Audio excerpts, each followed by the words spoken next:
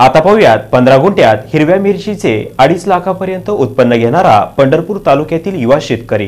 सोलापूर जिल्हा हा दुष्काळग्रस्त जिल्हा असल्यामुळे याच जिल्ह्यातील पंढरपूर तालुक्यात बहुतांश गावांमध्ये सध्या पिण्याच्या पाण्याचा प्रश्न उद्भवत असताना खर्डी येथील हरी बनसोडे यांनी आपल्या 15 गुंठे शेतीमध्ये हिरव्या मिरचीची लागवड करून कमी कालावधीत कमी पाण्यात 2 ते 2.5 लाख रुपये उत्पन्न घेण्याचा मानस ठेवला आहे। त्यांनी सुरुवातीला जमिनीची मशागत केली, नंतर बेड तयार करून त्यावर शेणखत आणि भेसळ डोस टाकून पाण्यासाठी ट्रीप तसेच नंतर मल्चिंग पेपर टाकून त्यावर जानेवारीमध्ये हिरव्या मिरचीची लागवड केली आणि त्यासाठी जमिनीतून मिरचीला लागणारे लिक्विड ड्रीपद्वारे सोडले।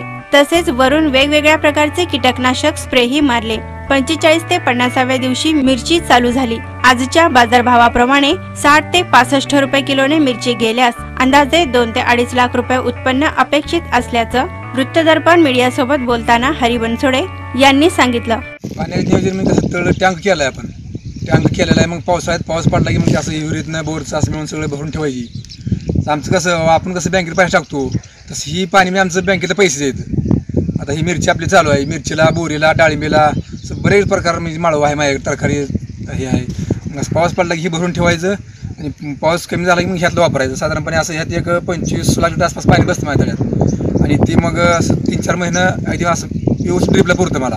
आता डाळिंबाचा भाव किंवा हे मिरचीचा वगैरे भाव चांगला चालू आहे आता, पण त्यावेळेला माझ्या काळात म्हणजे 20-25 वर्षाच्या अगोदर भाव वगैरे एवढा काय तेज नव्हता। त्यावेळेला मी भरपूर नुकसानमध्ये गेलो होतो।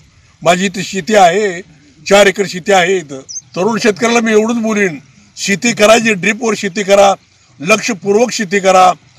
त्याला काय फवारणी वगैरे स्प्रे जे काय करायचं असेल ते व्यवस्थित करा, तुम्हाला नुकसान होणार नाही, फायदाच होईल, पण तुम्ही जागरूक राहायला पाहिजे। अशा ह्या आगळ्या वेगळ्या हिरव्या मिरचीचा प्लॉट पाहण्यासाठी आसपासचे शेतकरी दररोज येत आहेत।